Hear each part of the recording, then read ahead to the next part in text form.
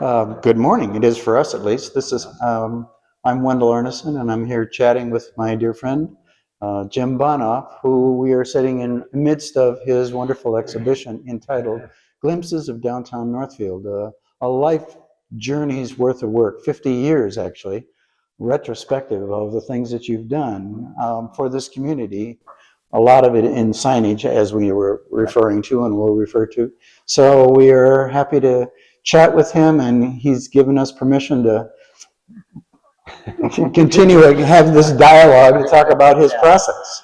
So first of all, Jim, why don't you talk a little bit about your own personal history and where you grew up, and was it in this area, and a little bit leading up to when this whole process began. Sure, that sounds good. Basically, I grew up in Owatonna, not far from here. And have been familiar with Northfield. They were in our conference. Yes. Playing basketball or football. And then when it came, as I had gone off to college, I went to Iowa State. And during a little break in college, I met Deb Murai, who was soon to be my wife. And we got married in 1973. Just in a little church, outdoor wedding in a little outdoor church in southern Minnesota. Okay. And in that, just to add a little beginning sidebar of all this. Yes, that had thinking about a shop called Hours Together Shop. Okay. And it was something when we were started in Owatonna, and I was working construction, and after a cold winter, I said, we're going back to school. So we went back to Iowa State, and I graduated. And during all the time I was finishing school, Deb was working for a very high retail clothing, women's clothing store. And she ended up taking a job as the manager in St. Louis. Wow. And so we were ready when I was graduating, and I was moving down there. Well, in the process, she worked there for about a month. And she was so disgusted by the way that they treated all these young women who were working at this big, new, beautiful store that she quit. And so that was it.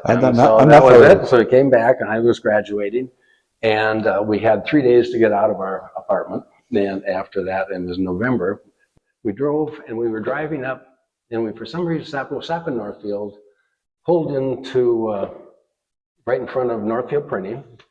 And I said, there's this print shop. Maybe I'll just jump out and see if they got a job or something, I had my resume, and I walked in. Orv Marx was sitting at his desk and cleaning his pipe, I believe, and I told him what I was doing, and he looked at me and said, you're hired.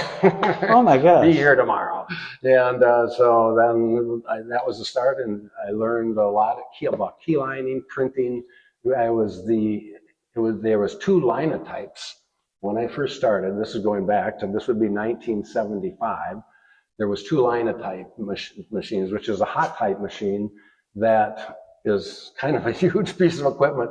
And they finally were, and they had been used for hundreds of years or so. Okay. And they were phasing them out. So I was at the beginning front of new technology of type, which meant that it didn't always work very well.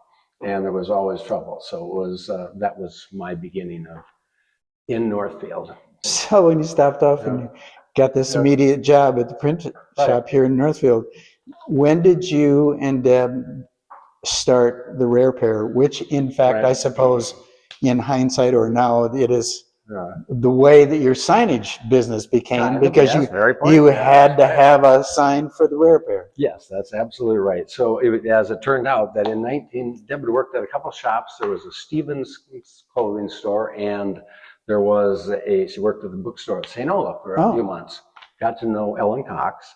And in one day, it was about the early, maybe January almost, she was walked back from work, and we lived up on Woodley in Nevada, and in a little apartment. And she came and walked in the door and said, I got the name. I went, oh yeah, what? The Rare Pair Fine Footwear. And she said, wow, I thought, that's good, and she said, we're going to do it. And she had been working in a store that had opened up called Country Road that was right next to where the Rare Pair started out, right on the corner. Where it still is, and it was empty. The space had been empty for a year. Okay. And so it was like, well, let's figure it out. So as it would go. Okay. So it was just a little starting spot. And then and there it was, the Rare Pair in August 25th, 1977. Opened the store. And that was the beginning, just small. And then as things changed the next couple of years, then one of the businesses went out, and then the Rare Pair took the whole front of the store. Okay. And then at one point, this was a good one. Then there was a record store, and this would have been, I would say, 81, maybe 1981 or so.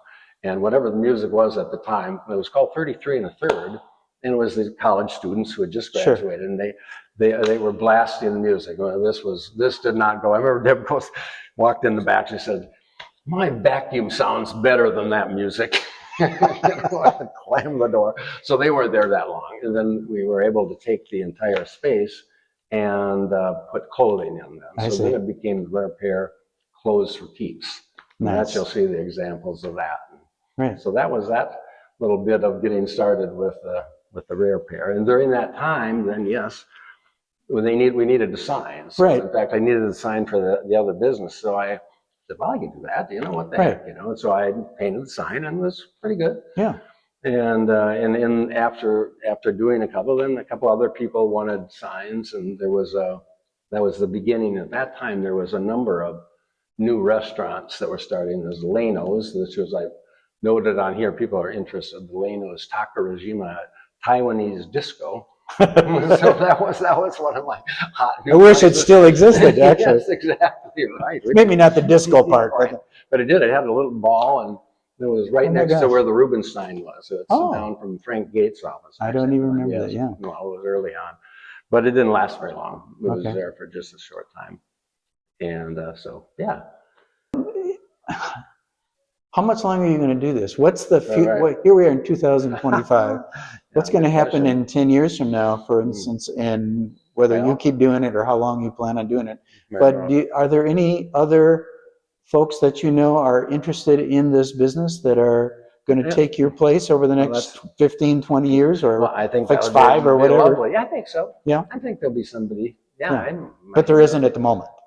No, not really. I don't know. Yeah, no, there isn't. I know, but I mean, it's not terribly complicated, but it's just, you have to, I don't, I think I was lucky in many ways because I've always had an office in town. And, I see. Sure. I never really advertised. That's the crazy thing. I mean, I remember somebody who was in advertising. I never really advertised anything, and I was just fortunate. And I won't say that there wasn't any number of times by pure luck. I'd walk into a place, I see they were working on it, you know, somebody, oh, what's going on? You know, open the new store. And it's like, oh, you got a sign yet? Figured out yet? Right. And then they would say, no, you're just the guy I'm supposed to talk to. You know, and that happened all over and over again. And I just, so I guess it looked like I was kind of stalking the town, but I was, you know, when you see things happening, that's made it interesting. And so, yeah, so I guess. What are you working on now, and what does Jim want to do 5 years from now, or five weeks from now, and 5 years from now? I'm still, yes, good question. Are you making any other work that isn't sign related? You know, I am actually. I'm working. I'm interested in that. I'm working on. I've been in walking. Are you walking wear? And so we had a place in the Mall of America, and we sold their T-shirts and sweatshirts for walkers. I see. And they had a take a walk theme. You see it in here a few places. Take a walk and be happy. But I've expanded that to these designs that are high visibility. So they have, you're visible on all sides. And I've got a vest and a couple shirt designs. So I'm just in the process of trying to get that off the ground. Not off the ground. See, I'm trying to get off. So I don't really want to go up in the ladder that much anymore. So, yes, I've been trying to avoid that. I mean, going back to that. That was a good fun. That was nice. Nicely done. So thanks. Yeah. But so yes, I don't want to keep going up on the ladder. I'm not good. I have more people stopping me. I lose half my time working because, Jim, get down off that ladder. I'm very nice. I mean, people are very thoughtful. Well, yes. Yes, exactly. So, and they're probably right. Well, for all of us, there you go. Right. So, but where was I? No, Finish I don't know. that We were just question? talking about future. Yeah, But so yes, anyway, the walk shirts. Yes, yeah. so that's a fun project, and I'm Oh, hopefully trying to work with the ARP. okay. So since I'm a senior and can use that to an advantage, maybe I don't Yeah. know. Nice. What have we missed? What do you want to chat about? Anything else? Well, we kind of let's see. Oh, I should. Yeah, sure. You should tell folks a little bit about this wonderful idea about the pages, the way you presented this gallery, because I think Sure, yeah. it's I really did the work unique with and it. really I know. cool. Northfield, Minnesota. Good grief. From 1975 to 2025. And Wendell Arneson is here, and he's well, I think you should flow right over to the beginning. Flow right over here. This is the beginning. This is when I started in Northfield Printing in 1975. I was fortunate enough to be the art director of the Continuum, Threads in the Community Fabric of Northfield, Minnesota. So I learned a lot about Northfield in that process. In the process, my wife, Deborah Bohnhoff, Mirai Bohnhoff, started the Rare Pair in 1977. And this is kind of a highlights of that time as the store began right here in this side. And there was a Garden of Eden and there was a Earthbound Energy Savers, yes. And here you can see. Then that shows one of my early signs.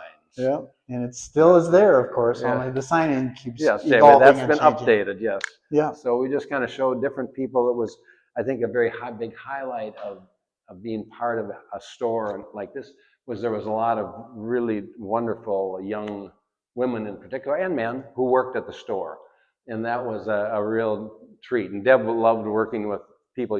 As you look through here, there's lots of pictures of her with employees, but people that they worked with. And this is, as the store changed, it grew from a small store here to this whole front, and then eventually took over the back. And so these are Christmas pictures. And so this is sort of the design end of it, was adding some of this little parts of all these things that happen, ads and the like, were started out as a sketch, as a thought. So Deb and myself then was with her leading the thoughts, the thought pattern.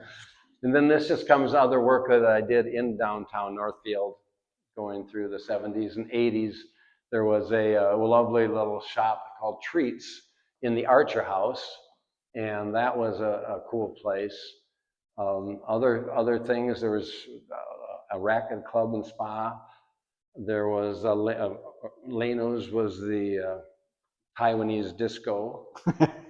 Marty's downtown. These are all just restaurants that have unfortunately come and gone over the time. But they were fun places and added a touch of. Marty's was a kind of a sports bar back on the River Park Mall. And so other things, I did the logo for all the rag stocks.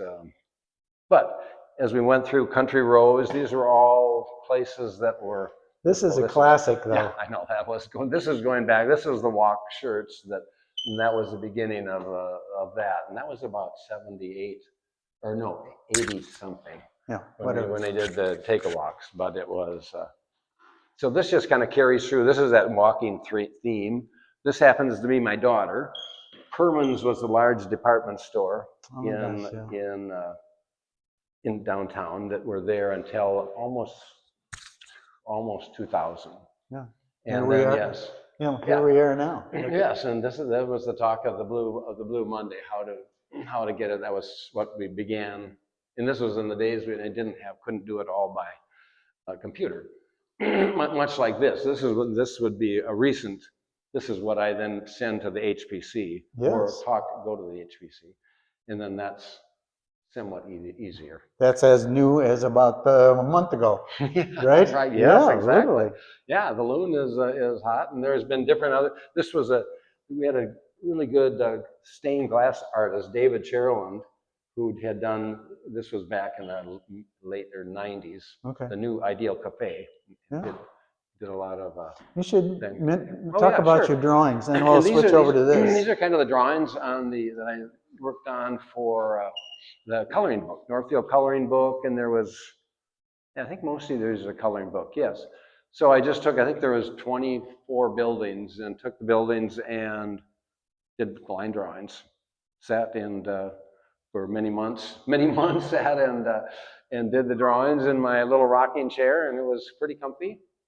And so then this had been sitting, it was so nice that I was able to get them out of their envelope. Yes. They'd been in an envelope for quite some time, and they were glad to be taken out of it, for sure. And when did you do this piece? You want to talk about this particular?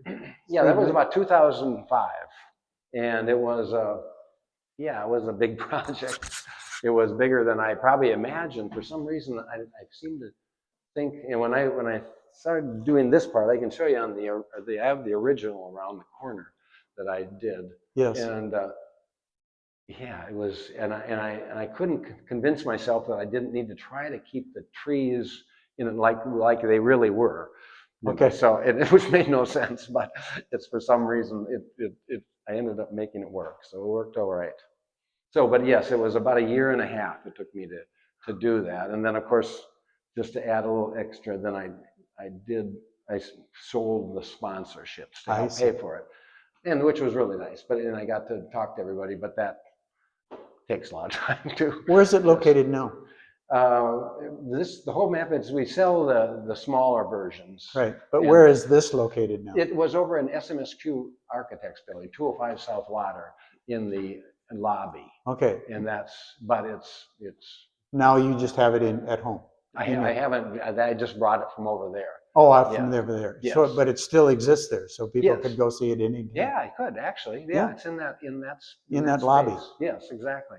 Okay.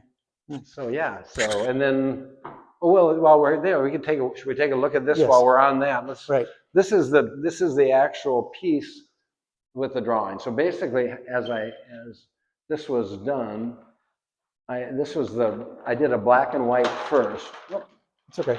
Got it. Oh, there it is. Here's the thing. Oops, didn't do it. We'll get that. Yeah. So this is the black and white that I did, line drawing. So I did that whole line drawing first. And so that was time consuming. Needless to say. And so then I thought, well, that made great sense to do in color. It would add a nice thing instead of, at that moment I couldn't really do it on the computer, but this was a meditative, I'll use the word, it was a meditative event to try to do it. And oh my gosh. So it was, well, positively was. But then they take that and then they create a plate for the color and create a plate when they shoot this or photograph it. And that's how it can be reproduced. And this was all colored pencil. Yes, right? And that's all colored pencils. And the other one was a regular graphite. Right. So yeah, so that's that part. Along with that, these were just some other drawings I had done. They had done for the Archer House, and it was just some ideas, concepts for enlarging the Archer House and the like. Wow. It's making some changes, and we don't have to worry about that anymore. But no, well, it's that's a piece of history. There you go. That's it. Yes. So then if you want to this is more of the coloring book. This just covers more of a variety that I used in that. We had a few. I didn't put up. There's a bunch of different ones. I did little drawings for all the advertising in the coloring book. So just to add a little something. So that's so as we go around here, this just happens to be something that there's a small. I don't know if you want to. So this was the little sketch. So that was done in 1980 as we were going to remodel and expand the store. So that was the boot tree. So that was kind of fun. So I had a goal to make a boot tree that was interesting. And this was part of a little stained glass that was made for the walk. And this had sat in, why I brought it in particular, this had been in the front window of the rare pair for 20 years or 15 years or so. And these are just an example of one of the projection sign. So this is a two-sided piece. So you just kind of see what it takes to cut them out. And let's see.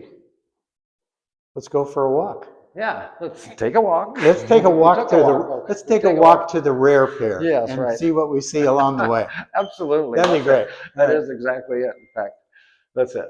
So this is then this we fill and finish this. This is all other pieces. Yeah. Market Fair was a huge thing in the middle of that began in the 2000s.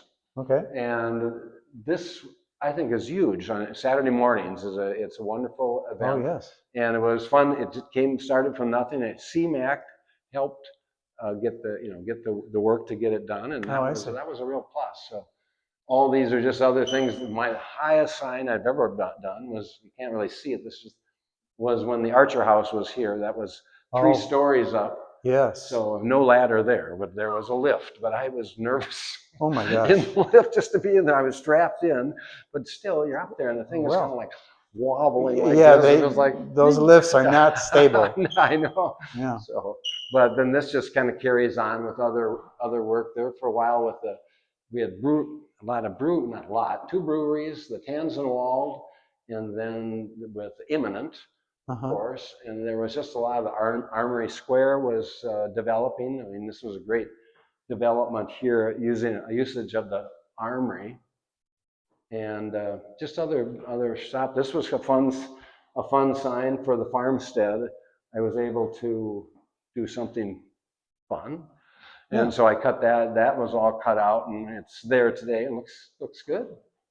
Then I did quite a few things for the library and for the city, and did the big ice cream cone for the ice cream store. Yeah. And I was always proud of being able to do the signs for the redone